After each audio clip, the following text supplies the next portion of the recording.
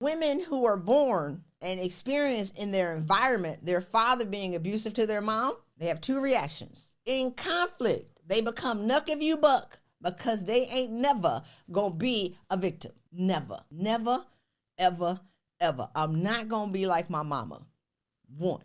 Two, they gonna stack all their money because they will ensure that if a man eye twitches like he gonna slap her or something, she got enough money to pack up her stuff and leave because I'm not gonna be like my mama. So you spend all your time trying not to be like your mom, but you're being exactly like your mom. It's just a different extreme. You wait for conflict to pop off in your house at all times, or you marry somebody passive so they're not like your father. Then you don't respect him because he's passive. And then have the nerve to say it's the men's problems. No, it's you, girl.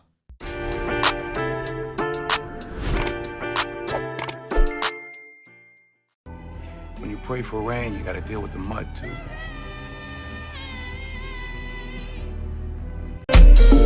I'm feeling this. I'm your professor, I will test you in the worst way. Don't bring a scantron, it's pop quizzes all day. Cause of our chemistry, we do biology.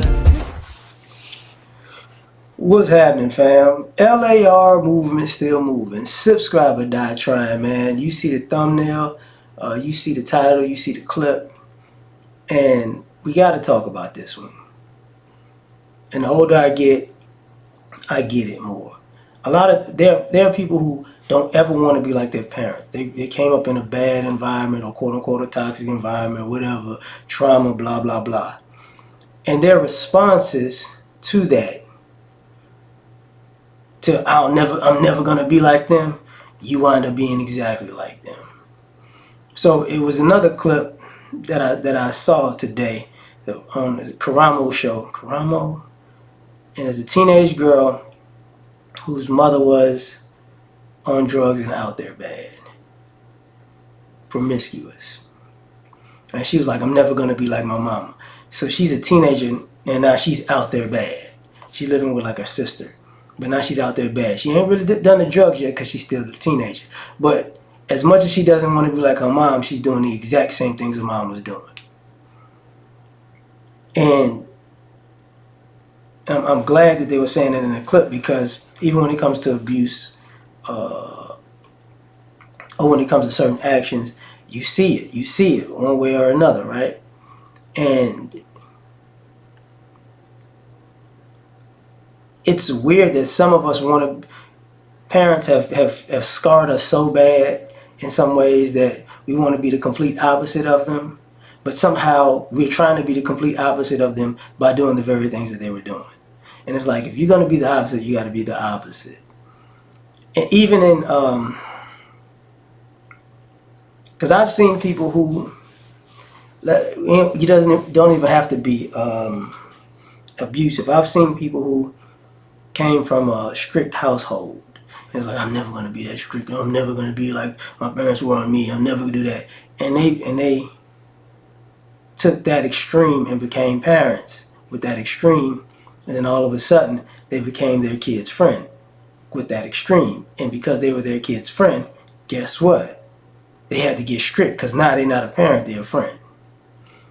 And then all of a sudden, because they went to the extreme of, I'm never going to do this, I'm never going to do that, now their kid running all over them. And then you might have to, and then now they got to be like their parents because they start to realize what my parents did work, what I'm doing doesn't. And then the kid might grow up to be like, I'm never going to be like my parent who was letting everything slide. They just, we friends, we buddies, la la la la la. It's all good. Sit and talk to me. It's like, I ran that house. I ran them. They ain't teach me nothing. It's like, then they may turn around and become a laissez-faire parent themselves. Like, I just don't have it in me to take the time or effort to teach these kids anything. So it's an issue. I've seen people kind of like what the lady was saying about the interesting part, like, it's fight or flight. If you raised in an abusive household, if a woman grows up and they get in an argument, now it's a fight. Or on the flip side, like she said, she stacking her money and packing up to leave. And here's the issue. And this is where it gets really interesting to me. Because she was right. Like, sometimes when you come up in a certain way, you don't want to be like the parent that maybe got beat on. Let's just use that as an example, like she was. Now you become a plotter. You plot on a person. You plotting on them, because if you're the one getting beaten on, you the victim, right? You're never going to be the victim. But now you become a person who looks for offense, and you're plotting on your significant other. And in all honesty, I'm gonna just say it this way: when they figure out you plotting on them, you deserve to get your ass kicked. I'm just gonna be honest. Now, people not gonna do it for the most part, but that's when they go, "Oh, no, I was in an abusive household." Nah. You ain't nowhere near getting abused over here. You just plotting. So now you create drama where drama doesn't exist. Now you create situations, offense where offense didn't exist. And now you create an enemy in your mind with your significant other. And truth be told, you become the abusive person. So maybe you're not the person that got beat on, but now you're the person that would be the aggressor, that would be the abusive person, right? The beater. And I'm going to get you before you get me. And it's like, all right, man, go on somewhere before you get knocked out. And I've seen that too, where, and truth be told, I came up in one of those houses, right? So, and also with the drugs and all the other stuff. So you wake up, you're like, man, I ain't finna be violent. And I remember as a kid, I was violent. I tampered down, but when I was young, I was violent. Like, I got in trouble for getting into it with folks. So, and I'll never be this and I'll never be that. And it's like, but you are. Because I can say from experience, being in a, let's just say, explosive household made me comfortable with conflict. So it's not like a big deal. Like, I'm not one of those people that's looking for it and like, searching for it. It's like, oh, okay. Well, it's about to go down. No problem. All right, let's get it. Like, no big deal.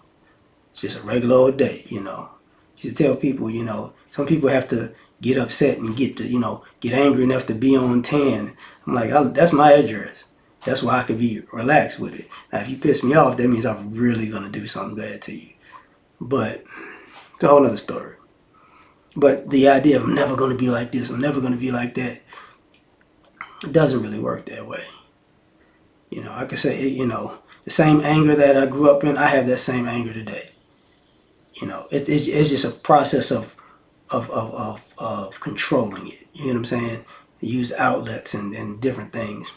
I'm never gonna be like my parents, but truth be told, you are your parents. You're a reflection of your parents.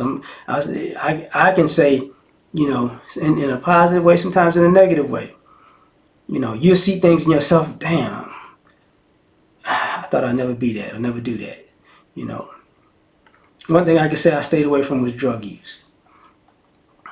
I don't have a drug vice. I'm not a big drinker. I'm not a smoker. Well, I used to smoke cigars, but I wasn't a big cigar smoker. I was tested, look at it, da. Not a weed smoker, Of course, no hard or drugs, no Schedule 1 joints, just none of that. I'm not a person who, I didn't even take, what do you call that? I really didn't take, like, no creatine, none of that. I wouldn't even do that stuff. Supplements, I still don't do that. Like, nah. Because I learned that lesson. But on the other hand, I know people who, I'd never be like my parents. And they was doing this and they was doing that. And they high all the time. They drunk all the time, Because the norm was to, from around a lot of the drugs, it's normal to take them. And then you start taking them and it goes downhill. But the other thing I really got to get into is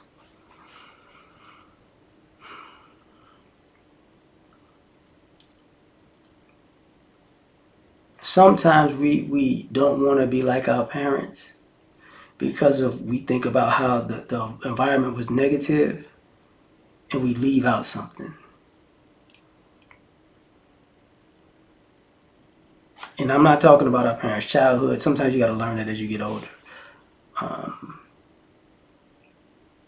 But you can never really truly make that statement until you take a really good objective look at how you as a child affected the household. And what I mean by that is this. Like I said, when I was younger, I was rambunctious, a little pyromaniac, at the time. And I got to think about yeah, I was a kid. And by the time I got maybe like from 5th to 8th grade, I really started realizing how what I'm doing outside of the home and inside of the home affects the home. So at a certain point, I just stopped. I just cold turkey. I ain't doing this shit no more. I ain't doing this no more. And really one of the biggest things was I got my ass whooped, boy, bad. Like I started shit at school, and I came home. It was holiday season, and everybody was at the house, and people that didn't even live in the state, because I guess it was like a surprise thing. Everybody was coming together, but I just in school cutting up, and so it looked like the Avengers of ass whoopings when I came in the house. Like, where the hell you came from? What the hell you doing here? What the hell you doing here? The school got all that shit. And it's just, Thor's belt and the Black Panther's shoe. It's just I was like, oh shit, I need to chill out. I need to chill out. This is bad. They came in for a good time and they hauled off on my ass because I was out of pocket. And then as I got older, I thought about it like, I'll never be like this, and I'll never be. And because if you don't objectively look at yourself, and I wound up talking to my mother and my father years later about certain things, and if you don't, you can take a look at your parents, but if you don't objectively take a look at yourself and how your dysfunction mirrors their dysfunction, you'll never change it. You'll never change it. I'm like this because of that. No, not necessarily. Not necessarily.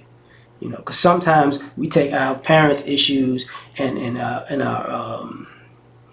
own and blame them for our actions when we just needed a justification to do something out of line, so we blame it on them. So if your parents manipulative, then you become manipulative, but you blame your parents and you say, I'll never be like that, but you like that. You know what I'm saying? So, and I can say that, from experience, because as a younger person, one thing I was never was manipulative and a liar. If I did it, I'm going to tell you I did it. And that whether it's good or bad, what happened? Da-da-da-da-da. You going to say that? Yeah, I mean, that's what happened. You're in trouble. I know. I did it. I wasn't that kind of person that's going to tiptoes like, nah. Because I saw what lying did, and I didn't like it. I'm like, hey, it is what it is. But a lot of people are in this facade like I'm better than my parents. And what really happens is sometimes you think you're going to be better than your parents because you don't want to be like them, and you become just like them doing that. But honestly, a lot of folks become worse because they, like I said a minute ago, they're still justifying all of their dysfunctional actions. It's people in their 30s, 40s, 50s, and 60s still blaming shit on their parents, and they're a complete fuck up in life.